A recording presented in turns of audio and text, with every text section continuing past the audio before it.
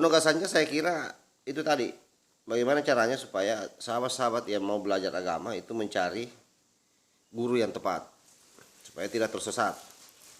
Jangan sampai kalian dikasih tegangan, lalu ketegangan itu sudah tidak bisa lagi ditahan. Nah, ini hasilnya ini tadi ini. Yang waras tidak boleh mengalah terhadap mereka para pencoleng-pencoleng agama yang menjadikan agama sebagai alat politik.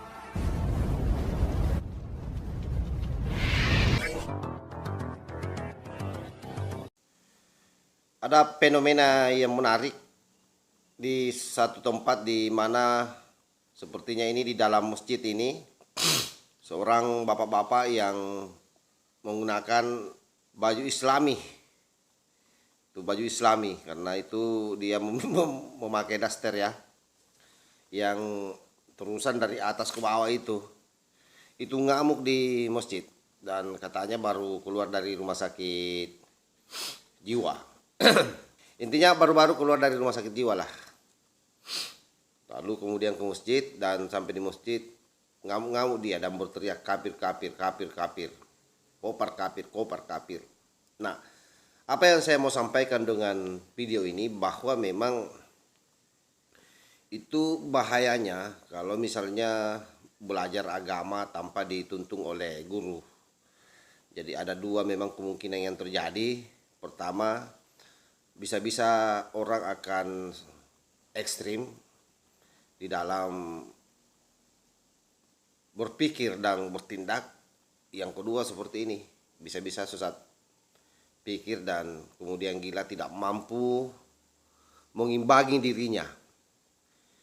Dan atas setiap orang yang dianggap berbeda dengan dirinya itu dianggap kafir.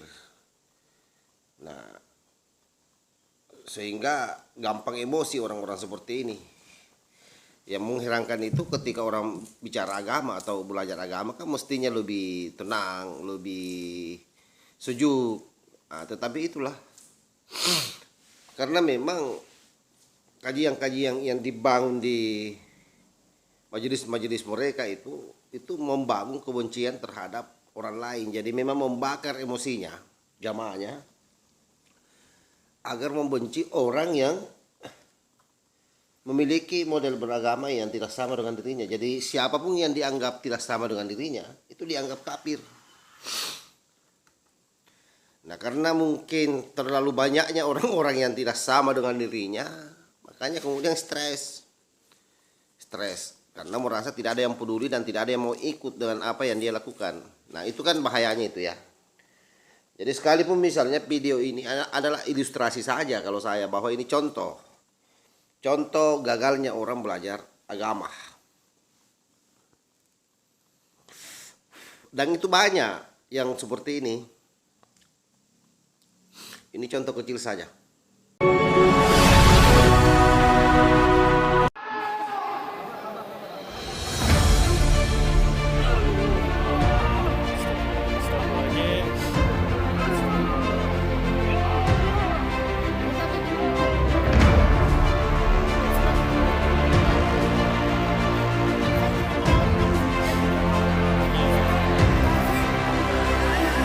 Bayangkan dipegang rame-rame di dalam masjid itu tetap saja berontak. Ini lepas. Dan apa yang disampaikan saya kira kita dengar semua tadi. Kafir. Nah, itu dia. Makanya solusinya adalah bagaimana caranya memang kita ini dalam belajar agama ya mesti mencari guru yang baik. Guru yang sanadnya sampai ke Rasulullah. Itu kan banyak sebenarnya itu. Jadi maksud saya bicara sanad keilmuan ya. Yang sampai orang terjebak lagi bahwa ketika saya bicara sanad yang ada di kepala hanya habaib-habaib, akhirnya ikut lagi sama habaib yang memiliki adab yang buruk. Kan banyak itu. Merasa paling dekat dengan Nabi karena keturunan Nabi. Mungkin karena merasa dia punya garansi, akhirnya sombongnya minta ampun. Padahal Nabi sendiri tidak menggaransi anaknya. Apalagi kalau hanya cucunya, itu pun cucunya dari samping.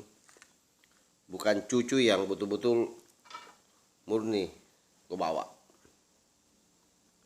Nah, kita lanjut.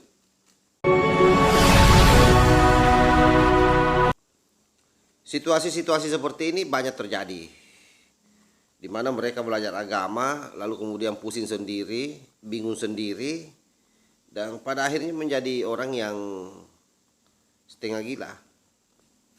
Ataupun misalnya stres tingkat tinggi ya. Karena kalau stres juga itu kan belum gila sebenarnya. Stres itu hanya orang yang tegang.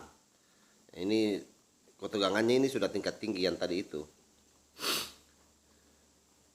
Karena menganggap bahwa ternyata yang begini ini hanya saya. Yang orang lain ini berbeda dengan saya. Pasti mereka semua ini adalah kafir. Nah, itu yang terus terbebani di kepalanya sehingga orang-orang ini bisa terancam dua hal. Pertama, kalau dia tidak bertindak gila, yang kedua dia bisa ekstrim, dan orang-orang seperti inilah yang gampang dipengaruhi seperti yang terjadi di Bandung itu kan.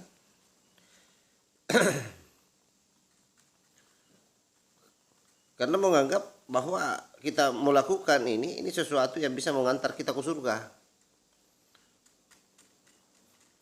Karena menganggap juga bahwa mereka semua ini sudah kafir. Dan di dalam agama bagaimana sendiri, bagaimana kalau misalnya ayat-ayat itu yang dia diajarkan bahwa yang namanya orang kafir itu halal. Nah, toh? Halal apanya? Ya halal darahnya. Itu yang ditumbuhkan di dalam pikiran orang-orang seperti ini. Makanya ke depan ini maka akan semakin banyak orang-orang begini. Jadi nanti asumsi yang dibangun di masyarakat bahwa dia terlalu pintar. Mana ada orang terlalu pintar gila. Terlalu lancar otaknya belajar agama, tidak ada itu. Karena kalau ada yang mengatakan seperti itu, kenapa Habibie tidak gila? Nah, dia ini kalau bicara soal kecerdasan cerdas. Atau misalnya Gus Dur, Nurholis Majid. Ya, banyak saya kira contoh-contoh ya. Jadi jangan selalu berasumsi konyol. Penugasannya saya kira itu tadi. Bagaimana caranya supaya sahabat-sahabat yang mau belajar agama itu mencari guru yang tepat supaya tidak tersesat. Jangan sampai kalian dikasih tegangan, lalu ketegangan itu sudah tidak bisa lagi ditahan. Nah, ini hasilnya ini tadi ini. Nih, bapak-bapak ini. Oke. Wallahul muwaffiq ila aqwamit thoriq. Wassalamualaikum warahmatullahi wabarakatuh.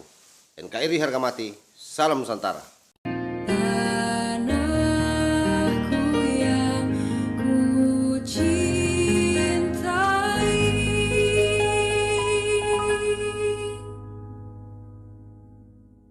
engkau